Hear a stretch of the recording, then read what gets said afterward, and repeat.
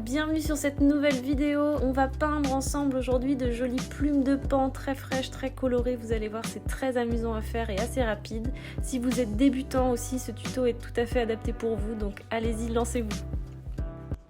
Coucou tout le monde, bienvenue dans cette nouvelle vidéo aquarelle. Je m'appelle Blanche, je suis aquarelliste et illustratrice. J'avais envie, pourquoi pas, de vous proposer de peindre avec moi des plumes de paon. Ça change un peu des fleurs et des végétaux que je fais énormément sur cette chaîne. Je m'étais dit tiens, ce serait rigolo de se lancer sur ce nouveau sujet. Vous allez voir qu'il est très coloré et très sympa à faire. C'est un petit peu comme les fleurs et les végétaux, ça va être beaucoup sur le geste, ça va être beaucoup sur le côté intuitif et le lâcher prise, et ça va être très sympa à faire. Vous allez voir, c'est pas si compliqué que ça prend pas trop de temps surtout. Il faudra pas hésiter à en faire plusieurs pour bien choper le petit coup de main, mais vraiment c'est très sympa à faire et rigolo. Donc on y va, c'est parti pour le tuto plume de paon.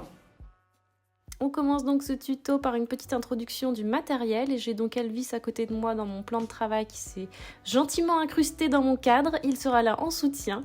Donc papier aquarelle classique, prenez un format un peu plus grand qu'un A4, ce sera bien. Vous pouvez aussi le couper en deux si vous avez envie. Moi je vais utiliser du 100% coton chez Winsor & Newton. Pour le pinceau, je vais utiliser un pinceau assez spécial, donc c'est le Oval Wash de chez Princeton en série Neptune 1,5. Donc il a vraiment cette pointe très fine, biseautée et un corps large qui va me permettre de réaliser la forme de la plume de paon sans trop me prendre la tête. Mais si vous avez un pinceau classique aquarelle à la vie assez large, taille 10 ou taille 12, ça fera largement l'affaire. Je vais aussi utiliser un plus petit pinceau, un taille 4. Pour la peinture, je vais utiliser mes godets classiques Winsor & Newton. J'ai aussi sorti ma grande palette Marguerite pour faire des mélanges plus facilement. Un pot d'eau, un petit chiffon en coton et c'est parti, on y va. Je vous fais un petit focus couleur aussi, je vais utiliser 4 couleurs pour ce tuto. Vous n'êtes pas obligé d'avoir exactement ces couleurs-là. Il y aura donc le vert Winsor, le bleu Outre-mer, le rouge indien et une petite touche de cobalt turquoise clair. Donc de très jolies couleurs en tube qui sont très vibrantes. En godet aussi, ça fera parfaitement l'affaire. Donc là, j'ai bien imprégné mon pinceau de ma couleur verte, donc vous pouvez utiliser aussi un vert de Véronèse par exemple ou un vert de cobalt clair avec un peu d'eau, et moi je vais rajouter une petite pointe de blanc pour faire une teinte un peu plus pastel encore. Donc là, je viens faire une marque en utilisant vraiment le corps de mon pinceau, hein. Je viens appuyer comme ça, le presser contre le papier, mais pas trop fort parce que sinon ça va le sécher complètement sur ma feuille déjà, et ça va se voir encore plus avec du papier cellulose. Donc n'appuyez pas trop fort comme ça si vous voulez vraiment travailler avec le corps de votre pinceau. Et je garde la pointe de mon pinceau pour faire la tige. Vraiment, je peux alterner comme ça avec une marque très large, avec le corps entier de mon pinceau, et en relevant comme ça tout doucement, on arrive à faire des finitions très très fines et à faire déjà les plumes qui s'envolent un petit peu. Et puis l'effet biseauté comme ça nous permet de vraiment faire cette forme spécifique des plumes de paon assez courbes et assez larges en même temps. Donc vous pouvez vraiment alterner grâce au pinceau avec des marques très larges et des marques très très fines. Donc j'ai gardé quand même une espèce de blanc au centre de ma plume de paon, enfin en tout cas de cette forme ovale là que j'ai créée pour faire le cœur de la plume de paon, et ça va me servir pour plus tard. Donc là je continue avec cette teinte très, très lavée, un petit peu plus d'eau, où je fais comme ça des marques qui partent un petit peu vers le haut comme des espèces de flammes. Donc ça vraiment, c'est vraiment comme je vous disais le corps de votre pinceau qui va travailler. Vous alternez des marques larges, des marques fines, et ça va être très agréable de travailler avec ce genre de pinceau. Si vous n'avez pas un pinceau comme celui-ci, vous allez voir qu'avec un pinceau classique à la vie, ça va marcher aussi très bien. Donc on peut s'amuser à rajouter un peu de couleur. Moi j'ai rajouté du bleu Outre-mer par endroit, j'en ai pas mis partout parce que j'ai pas envie que ça soit la couleur dominante de la plume de paon. Mais si vous avez l'occasion de regarder une photo, d'avoir une plume de paon sous les yeux, vous allez observer qu'il y a quand même beaucoup de couleurs, que c'est très chatoyant. On peut avoir des bruns aussi, on peut y mettre un petit peu toutes les couleurs qu'on a envie. Mais j'avais quand même envie de marquer un petit peu plus les teintes vertes et de commencer par une base claire, puisque ce qui va nous amuser aussi, c'est de travailler le cœur de l'œil de la plume de paon.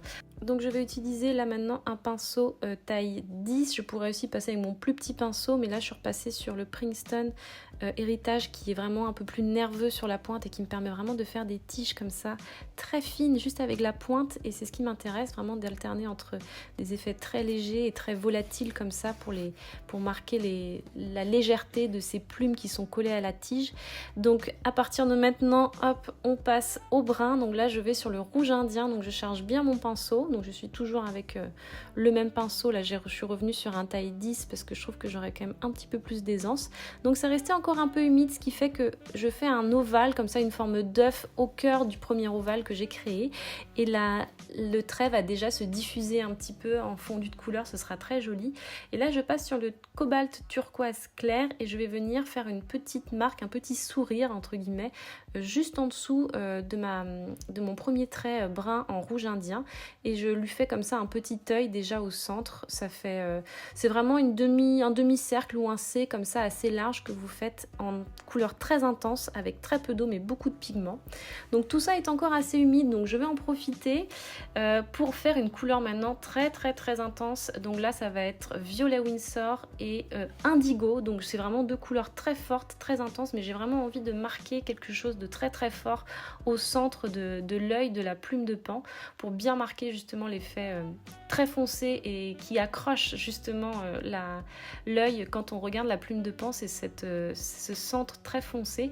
Donc là je vais mettre ma couleur qui est beaucoup plus forte par rapport à tout le reste. Normalement si vous avez travaillé comme moi avec un effet très léger au début avec les premières teintes vertes et bleues, cette couleur là devrait vraiment ressortir. Donc c'est vraiment une bonne idée de travailler au début avec des teintes beaucoup plus légères, beaucoup plus lavées. En séchant aussi ça va s'éclaircir.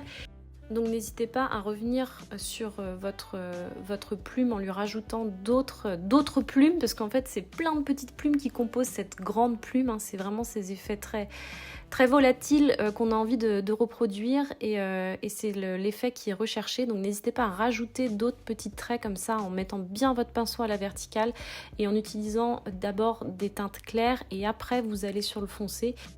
Et c'est donc comme ça qu'on arrive après à redonner plus de détails, plus de caractère. Là par exemple je redéfinis un petit peu plus la tige centrale qui avait disparu dans tout ce flou de toutes ces marques que j'avais fait au début. Et voilà, je n'hésite pas sur les petites plumettes qui s'envolent comme ça autour de la tige. On aime bien, moi j'aime bien avoir ce côté très courbe, très élancé de la plume de pan.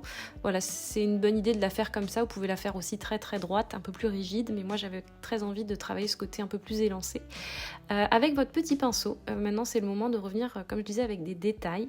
Et avec la pointe du pinceau, je vais venir tirer le brin comme ça en plein de petits traits, comme si c'était des petits poils, mais qui vont revenir aussi donner un petit peu plus de détails à l'œil central de notre plume de pan.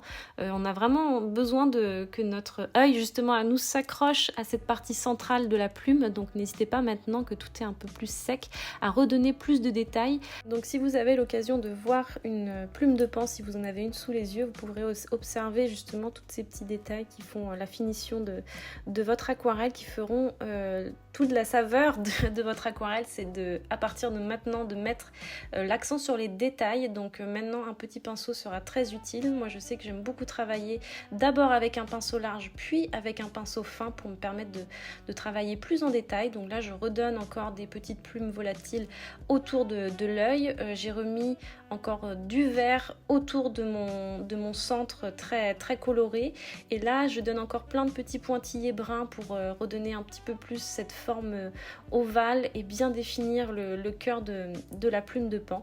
Donc j'espère que voilà, vous aimerez cette version dans les tons vertes comme ça assez légère, parce que la plume de pan peut être aussi d'une teinte beaucoup plus foncée, beaucoup plus forte avec des bruns. Comme je vous le disais tout à l'heure, vous pourriez faire tout à fait cette même base avec des bruns et puis après rajouter des teintes de vert plus intenses, beaucoup plus foncées. Après c'est un choix stylistique de la faire comme ça, mais vous pouvez tout à fait l'adapter. Ce qui est important quand même, c'est de garder ce cœur que je vous propose là quand même, qui est assez fidèle je pense à une plume de pan réaliste dans la réalité, mais après sur le reste amusez-vous, hein, vraiment lancez-vous, et n'hésitez pas à me montrer aussi vos versions de la plume de pan.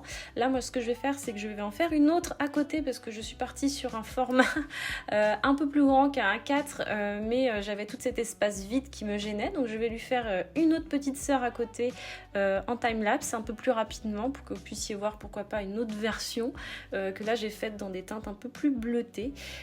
Voilà, en tout cas c'est amusant, et comme je vous le disais, n'hésitez pas à en faire plusieurs. Peut-être que votre première plume de pan, vous n'allez pas en être super satisfaite, enfin moi c'était mon cas, en tout cas la première Non, c'était pas ça. La deuxième, c'était mieux. Et la troisième, ah bah voilà, ça y est. Ça se passe toujours un petit peu mieux aussi quand on travaille sur du papier en 100% coton, puisque là, vous allez voir ces effets de fondu qu'on fait avec le cœur de l'œil de la plume se passeront bien mieux si vous avez du papier en 100% coton. Sinon, faites-le quand même sur du papier cellulose. Faites vos premiers tests sur du papier cellulose et puis après, vous verrez si ça se passe mieux sur un autre support. N'hésitez pas à me partager, comme je vous le disais, vos réalisations de plumes de pan en utilisant le hashtag LeBleuAquarelle, par exemple, sur Instagram. Ça me fera plaisir de voir vos créations issues de ce tuto qui avait l'air en tout cas de bien vous plaire quand je vous ai proposé ça sur Insta, parce que ça change un petit peu de l'univers botanique qui m'est très très cher, mais je trouve qu'on reste un petit peu sur les mêmes méthodes, sur les mêmes manières de peindre.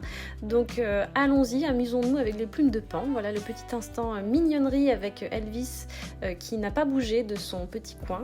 Si cette vidéo vous a plu, n'hésitez pas à me laisser un petit pouce en l'air comme d'habitude, vos commentaires sur cette vidéo. Je vous retrouve très bientôt pour une prochaine vidéo, ce sera un vlog cette fois-ci, donc à très vite, je vous embrasse.